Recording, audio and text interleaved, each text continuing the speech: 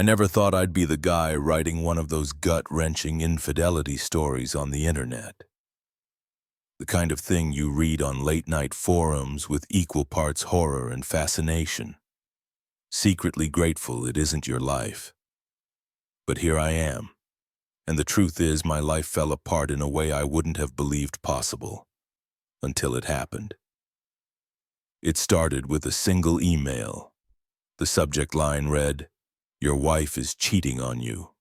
Smash that like button, hit subscribe, and keep watching, because the best part's coming up next." At first I laughed bitterly. I assumed it was spam, maybe some cruel joke, the kind of bait people throw around online, but when I opened it, my blood ran cold. The message claimed to be from the spouse of the man my wife, Aria, was having an affair with. No details, no photos, just the blunt accusation that the woman I loved, the person I had built my life with, was betraying me. For 2 days I couldn't shake it. The email haunted me like a splinter under the skin. Then another message arrived. This time there were screenshots of text exchanges between Aria and a contact she had saved as work friend. The texts weren't explicitly sexual, but they carried an intimacy I recognized instantly. "Can't wait to see you again. Already missing you." Reading those lines was like being stabbed in slow motion. Flirtation where there should have been none, a tone she hadn't used with me in months. The anonymous sender promised there was more proof, and that Aria had been carrying on with this man, Eric, for months.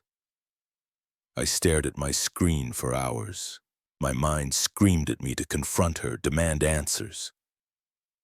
But another part of me, the more cautious side, whispered, "Don't accuse her unless you're sure. Don't give her the chance to lie." So I stayed quiet. Looking back, the signs had been there all along. I just refused to see them. Aria had been working late more often than not, her phone glued to her hand, her face angled away when texts came through. She guarded that phone like it contained state secrets. Sex between us had dwindled into near nothing. She took more girls' nights, more work trips, and seemed distant in a way I couldn't explain. Classic cheating behavior, and I'd been too trusting, too in love to notice. A month later, she mentioned a 3-day work conference in Chicago. My stomach dropped. The anonymous emails had mentioned Chicago. I smiled, pretended to believe her, but inside my heart thundered. Days later, another email arrived. Hotel reservation confirmations. Aria and Eric had adjoining rooms at a Marriott in Chicago. I knew then. Still, I needed undeniable proof. So one morning, while she was in the shower, I went through her phone. I hated myself for it, but I had to know. In the trash folder, I found deleted texts, explicit ones, photos, plans for their Chicago weekend, written out like a menu of betrayal, positions they wanted to try, fantasies they couldn't wait to live out. My chest felt like it was caving in. 7 years of marriage unraveled in the span of a few swipes. I put her phone back exactly where it was and forced a smile when she walked out of the bathroom. That performance, pretending to be her loving husband when I knew the truth, was the hardest role I'll ever play. I couldn't eat, couldn't sleep. Instead, I tracked Eric down online, married, 2 kids. My rage deepened. Through some digging, I found his wife and reached out. She confirmed everything. She was the one sending me the emails. She had been gathering evidence for weeks, hotel receipts, photos of Aria and Eric together, credit card charges for gifts. When we met in person, she handed me a folder thick with proof. It wasn't a fling. It wasn't new. This had been going on for at least half a year, maybe longer. Together, we hatched a plan. If we confronted them separately, they could coordinate their lies. But if we caught them together, the truth would have nowhere to hide. The night of the conference, I kissed Arya goodbye, told her I'd be too busy with work to talk much. She seemed relieved, almost cheerful, as she walked out the door. The next day, I was on a plane to Chicago. I checked into the Marriott on a different floor. Eric's wife had managed to get a key card to their room through a hotel connection. At 8:30 p.m., hearts pounding, we stood outside the door. She handed me the card. I slid it into the lock. The door opened. There they were. Arya and Eric tangled in bed, exactly as I had imagined in my nightmares. Her eyes met mine, and I will never forget the expression. Pure shock, horror, guilt all rolled into one. She scrambled for the sheets, stammering. Eric leapt up, frantic, fumbling for clothes. I didn't yell, I didn't cry, I just raised my phone and snapped pictures, evidence. Then I looked Arya in the eyes and said with all the calm I could muster, "Don't come home. I'll have your things packed," and I walked out. Like what you see? Click like, hit subscribe, and stay tuned. Let's keep going. The next morning I flew home, changed the locks, packed her essentials into boxes and dropped them at her sister's. When she called, begging to explain, I blocked her number. I told our families what had happened before she could spin her lies. Her parents were shocked but admitted, almost casually, that she'd cheated on boyfriends before me. Information that might have been useful before I married her. The loneliness was suffocating at first. The bed felt cavernous. The silence in the house screamed. But I knew one thing with certainty. There was no going back. Arya tried everything. Showing up at my house, screaming in the yard, writing a 12-page letter blaming me for her choices, creating fake social media accounts to harass me. At one point, she even had Eric threaten me via text, which my lawyer flagged as harassment. Meanwhile, her life began unraveling.